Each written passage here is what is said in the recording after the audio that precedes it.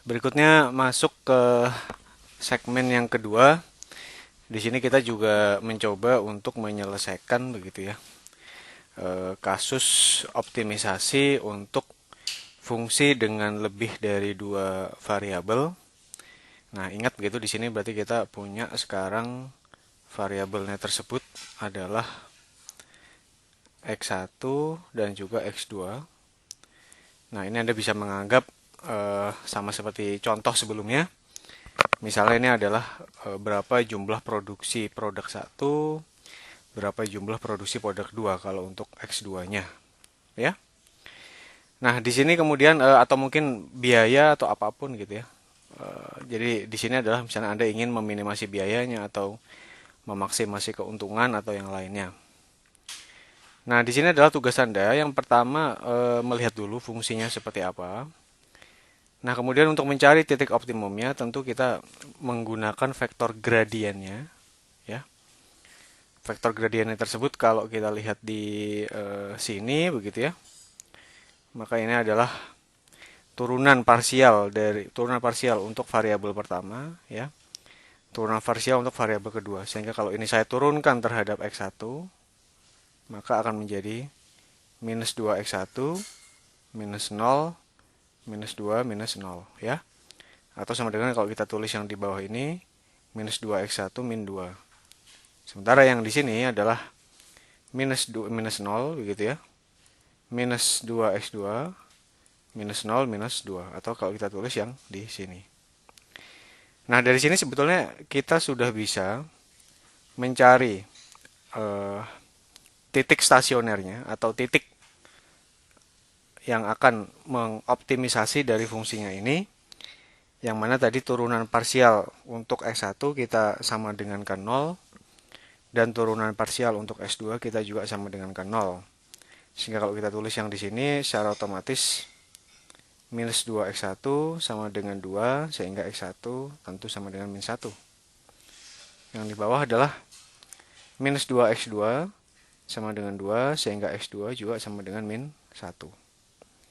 Nah, ini adalah titik yang akan mengoptimisasi begitu fungsinya itu. Jadi, kalau kita kembalikan ke konteksnya, berarti yang di sini adalah ya katakanlah mungkin apapun begitu ya, mungkin selisih produksi atau apapun begitu ya, yang akan mungkin meminimasi biaya dan seterusnya. Kalau jumlah produksi tidak masuk konteks karena ini negatif ya. Kalau berbicara jumlah produksi pasti dia harus minimal sama dengan 0, ya. Nah, tapi ini pun kita belum bisa menyimpulkan apakah dia titik minimum begitu ya, apakah dia titik titik maksimum, ya. Nah, untuk bisa mengeceknya Anda harus mencari begitu ya dengan turunan keduanya kalau untuk fungsi dengan satu variabel. Tapi karena ini fungsi multivariabel yang diindikasikan dengan x yang tebal ini, berarti kan dia adalah vektornya begitu ya. Maka di sini kalau kita lihat, ini kita punya matriks Hessiannya, ya. Tadi kalau kita lihat yang pertama begitu ya, itu adalah dfx x1. Ini kalau kita lihat dfx dx1, ingat ya, yang atas tentu vektor, yang bawah bukan vektor. Itu sama dengan di sini tadi berapa tadi? Minus 2x1 min 2. Berikutnya yang di bawahnya adalah df vektor x begitu ya.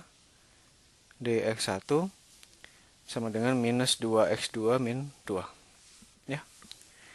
Nah, di sini kalau kita lihat begitu ya. Di sini kalau kita lihat, maka kalau misalnya ini Anda turunkan begitu ya terhadap x1, maka ini menjadi minus 2, ya. Kalau ini Anda turunkan terhadap x2 tentu 0. Nah, sebaliknya begitu ya. Kalau ini Anda turunkan terhadap x1, maka akan menjadi 0, ya. Kalau ini Anda turunkan terhadap x2, maka akan menjadi minus 2. Nah, sehingga kita bisa mendapatkan di sini adalah matriks Hessian untuk kasus kita yang sekarang ini. Ya. Nah, di sini kita peroleh bahwa leading principal matrix untuk K1, ordo 1, ya, berarti kan ini kita coret.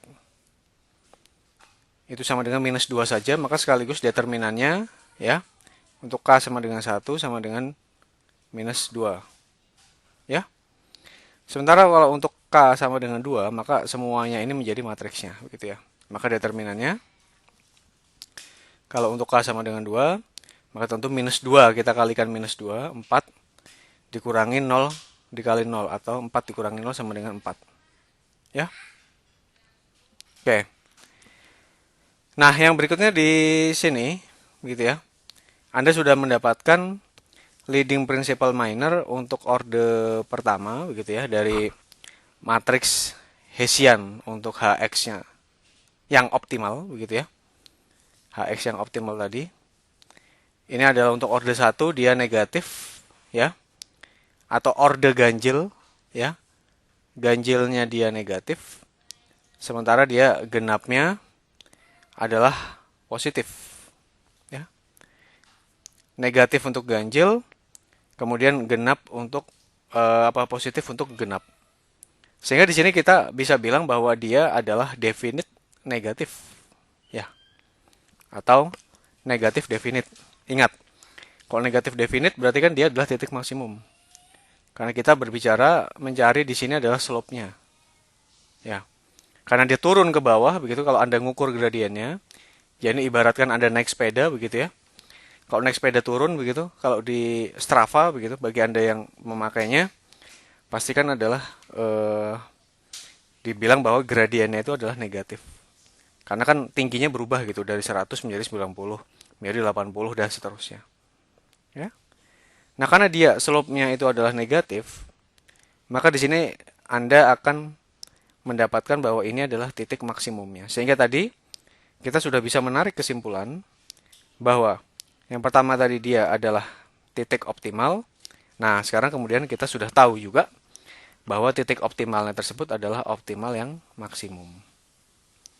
Sehingga kalau kita di sini begitu ya, Anda ingin memeriksa begitu ya, apakah fungsi fx-nya itu adalah fungsi cembung atau cekung, kita bisa lakukan dengan cara yang tadi begitu ya. Ini determinannya untuk fungsi yang untuk leading principal minor untuk orde yang ganjil, karena ini adalah leading principal minor untuk orde 1 begitu ya. Yang di sini adalah leading principal minor untuk orde 2. Nah, di situ bisa Anda dapatkan ini adalah minus 2, 0, kemudian adalah 0 minus 2 begitu ya, dan seterusnya. Nah, sehingga di sini kita bisa mendapatkan kesimpulan bahwa dia adalah titik maksimum global. Ya. Nah, ini kalau misalnya Anda mencari begitu ya. Nah, di sini kita bisa peroleh begitu bahwa ini adalah titik maksimumnya ya, kemungkinan besar ada di sekitar sini begitu ya. Ini tentu mengapa bentuknya 3 dimensi ya, karena kita punya 3 dimensi begitu. Ada X1, ada ini kalau ini X1 ya, maka ini adalah X2 begitu ya. Maka yang di atasnya adalah fungsi dari X1 atau X2. Kok tadi kenapa disebutnya fungsi fx saja? Nah, karena tentu saja dia vektor gitu ya, fx. Atau kalau Anda sebut sebagai f X1, X2 itu juga boleh, tentu saja. Nah, ini adalah peta konturnya begitu ya. Tadi Anda ingat bahwa titik optimalnya itu akan kita dapatkan di X1 sama dengan min 1, X2 juga sama dengan min 1. Gitu ya. Sehingga inilah F yang akan mengoptimisasinya tersebut. Fx1 star, Fx2 starnya tersebut. Sehingga kalau kita cari di sini dengan fungsi yang tadi begitu ya, maka nilai optimalnya tersebut akan kita peroleh, yaitu adalah fx vektor starnya adalah minus min 1 kuadrat minus min 1 kuadrat 2 min 1 minus 2 min 1. Sehingga di sini adalah minus 1 begitu ya, plus 2 plus 2. Di sini kita coret maka dia tinggal 2. Ya, nilai dari fx starnya tersebut. Oke. Nah, di sini kemudian kita masuk ke contoh yang berikutnya. Misal Anda mendapatkan fungsi seperti ini ya, x1 kuadrat minus 2x2 kuadrat begitu ya. Kemudian 2 minus 2x1 dan seterusnya. Nah, sehingga kalau kita apa tuh namanya? Kalau kita turunkan pertama gitu, parsial, kita akan mendapatkan vektor gradiennya ya. Ini kalau Anda turunkan terhadap ya x1 gitu, terhadap x1 maka ini akan menjadi 2x1 minus 0 minus 2 minus 0 ya. Sementara kalau Anda turunkan terhadap x2 maka akan menjadi minus 2x2 atau sebelumnya dulu di sini adalah 0 ya. Yang di sini adalah 0, ini adalah minus 2. Sehingga akan mendapatkan di sini 2x1 min 2 minus 2x2 min 2. Nah, dari sini kita sudah bisa mendapatkan titik stasionernya. Ya, tapi belum tentu optimal gitu ya. Nah, kalau kita lihat di sini, ini kalau Anda sama dengan kan 0 berarti kita akan peroleh 2x1 sama dengan 2, x1 sama dengan 1. Ya. Sementara yang di bawahnya, di sini kita akan peroleh 2 minus 2x2 sama dengan 2, begitu ya. Sehingga x2 sama dengan min 1. Nah, ini sudah kita peroleh. Apakah dia kemudian titik maksimum atau dia merupakan titik minimum, belum bisa kita tarik kesimpulan sepenuhnya. Nah, harus kita cek terlebih dahulu. Ya. Caranya bagaimana? Tentu Anda harus mencari matriks Hessiannya. Di sini kalau saya tuliskan D f x1 x2 dx1 tadi sama x1 ini ya, bukan x2. Sama dengan 2x1 min 2. Sementara yang di bawah df vektor x gitu. dx2 sama dengan minus 2x2 min 2. Ya. Nah, di sini kalau kita peroleh, maka ini juga sama begitu ya. Kalau ini Anda turunkan terhadap x1, maka akan menjadi 2. Kalau Anda turunkan terhadap x2, tentu akan menjadi 0. Ya. Ini kalau Anda turunkan terhadap x1 akan menjadi 0. Kalau Anda turunkan terhadap x2 akan menjadi minus 2. Nah, sehingga kita bisa menghitung di sini adalah determinan untuk leading principal matrix begitu ya. Untuk order 1, tentu saja determinannya adalah sama dengan 2 yang ini. Sementara kalau determinan untuk leading principal matrix yang order 2, maka di sini adalah 2 Anda kalikan minus 2 akan menjadi minus 4. Minus 4 kemudian kalau kita kurangkan dengan 0 kali 0 tentu akan menjadi minus 4. Ya. Nah, di sini kalau kita lihat determinannya di sini adalah yang pertama adalah nilainya positif. Ya. Kalau Anda lihat untuk order yang pertama. Sementara begitu, untuk order yang kedua nilainya negatif. Ya. Sehingga ini tidak memenuhi kaidah definite positif atau definite negatif. Ya. Ingat begitu, kalau untuk definite positif, maka aturannya adalah untuk semua order semuanya positif.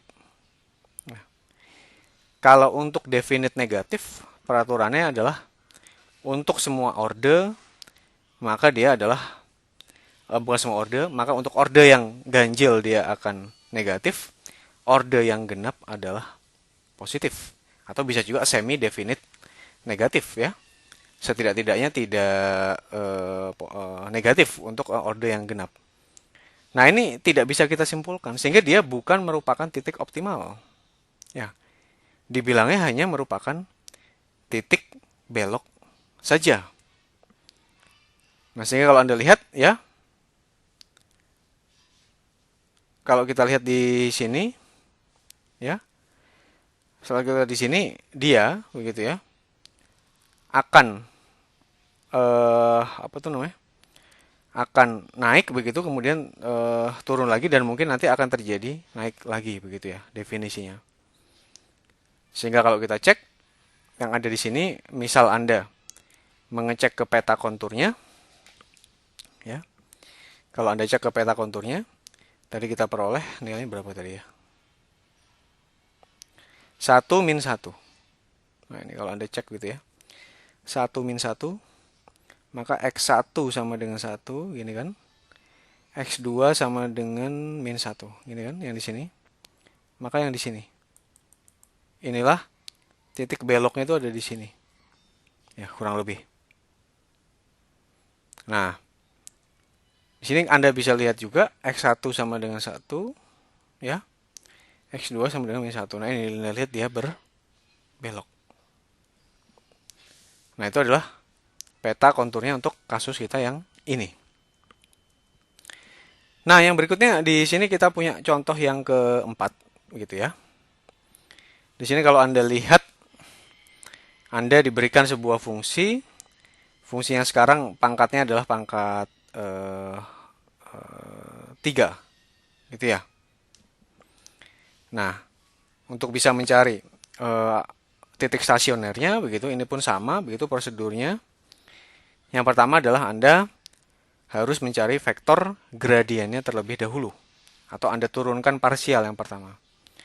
Sehingga ini kalau saya turunkan terhadap X1 saja, maka akan menjadi 3X1 kuadrat, gitu ya, minus 0, minus 3, minus 0. Sehingga Anda mendapatkan 3X1 kuadrat minus 3. Kalau Anda turunkan terhadap X2, maka akan menjadi 0, minus 2X2, minus 0, minus 2. Sehingga Anda akan mendapatkan yang di sini. Nah, ini kalau Anda kemudian sama dengankan 0, Anda sudah bisa mendapatkan begitu ya, titik stasionernya. Ini kalau saya sama dengankan 0, 3X1 kuadrat akan sama dengan 3. Maka X1 kuadrat akan sama dengan 1. Nah, X1 yang bisa memenuhi tentu dalam hal ini adalah X1 min 1 bisa begitu ya. Kalau min 1 Anda kuadratkan 1. Begitu pula X1 sama dengan 1 ini juga memenuhi kondisi ini. Sehingga boleh dua-duanya. Ya. Nah, sehingga begitu di sini yang kedua, ya. Kalau kita tuliskan minus 2X2 sama dengan 2, X2 juga sama dengan min 1. Nah, sehingga di sini kita punya dua alternatif begitu ya. X1-nya sama dengan min 1, X2-nya pasti sama dengan 1. Ya. Kemudian di sini kalau kita lihat X1-nya sama dengan 1, X2-nya juga pasti sama dengan 1. Kalau ini ada dua kemungkinan begitu ya, maka tentu saja akan menjadi 4 titik stasioner tersebut. Tapi karena ini dua kemungkinan, satu kemungkinan, berdasarkan teorema multiplikatif gitu ya, kalau kita belajar probabilitas, maka kemungkinannya hanya ada 2. Nah, di sini kemudian kalau kita cek, saya tulis dulu ya. Ini 3X1 kuadrat min 3. Saya tulis df vektor x adalah terhadap dx1. 3X1 kuadrat min 3. Ya, sementara d fungsi vektor x terhadap x2, maka di sini adalah min 2x2 min 2. Ya. Sehingga di sini kalau Anda turunkan begitu ya terhadap x1, ini yang ini maksud saya. Anda turunkan terhadap x1 maka menjadi 6x1 yang di sini. Anda turunkan terhadap X2 tentu karena dia tidak mengandung faktor X2 sama sekali akan menjadi 0. Ya. Kemudian di sini yang berikutnya, kalau Anda turunkan ya, terhadap X1 akan menjadi 0 karena dia tidak memiliki X1. Sementara kalau Anda turunkan terhadap X2 akan menjadi minus 2. Ya. Nah, sekarang bagaimana kemudian? Saya coba tuliskan dulu. Ya. Tadi Hessiannya adalah 6X1 00 min 2. Hessian X gitu. Kalau Anda tuliskan 6x1 0 0 min 2.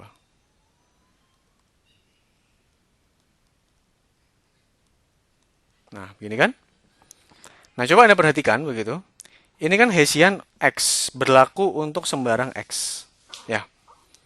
Nah, sekarang kita memiliki kasus X-nya sudah kita tentukan titik stasionernya tadi. Ya. Kalau kita lihat di sini ada dua kemungkinan tadi ya, X yang stasionernya tersebut. X star begitu, alternatif yang pertama. Ya, ini alternatif pertama ya.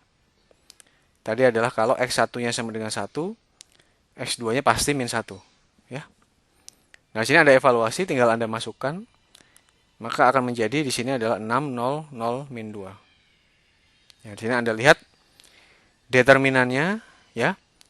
Untuk orde yang pertama dia adalah 6 saja begitu pasti. Ya. Positif kalau kita tuliskan yang di sini. Determinan kemudian untuk orde yang kedua 6 Anda kalikan min 2 menjadi minus 12 ya. Minus 12 Anda kurangkan dengan 0 ya minus 12 menjadi positif. Negatif ya. Nah, di sini orde pertama positif, orde kedua dia adalah negatif. Sehingga dia tidak bisa disimpulkan apa-apa, dia tidak definite positif, tidak definite negatif. Begitu pula tidak semi definite positif dan tidak semi definite negatif. Sehingga kita hanya bisa menyimpulkan kalau yang di sini ya titik belok saja. Nah, ini saya lakukan begitu untuk titik stasioner alternatif yang kedua. Ya. Yang mana dia nilainya adalah X1-nya sama dengan min 1, X2-nya sama dengan 1.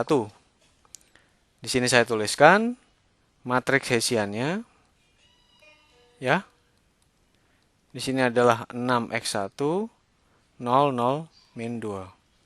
Sehingga kalau ini saya masukkan, maka kalau yang tadi di sini adalah 6, yang di sini adalah min 2. Ya. Nah, di sini begitu, ya. Anda kemudian bisa melihat bahwa untuk orde yang pertama, untuk leading principle minor begitu ya, untuk orde yang pertama, di sini adalah minus 6 dikalikan minus 2 sama dengan 12. Yang pertama minus 6 saja ya, negatif begitu. Ya. Ini adalah negatif. Kemudian yang di sini adalah 12. Anda kalikan 12, di sini adalah 0. Maka 12 dikurangi 0 ya sama dengan 12. Nah, ini untuk K1 atau dia ganjil, dia negatif. Untuk K2 atau dia itu genap, dia positif. Maka ini memenuhi kriteria matriks Hessiannya, dia itu adalah definite, kurang ya tulisannya. Definite negatif. Nah, karena dia definite negatif, tadi saya sampaikan, ya, apa sih sebetulnya definitasnya itu adalah slope-nya, gitu.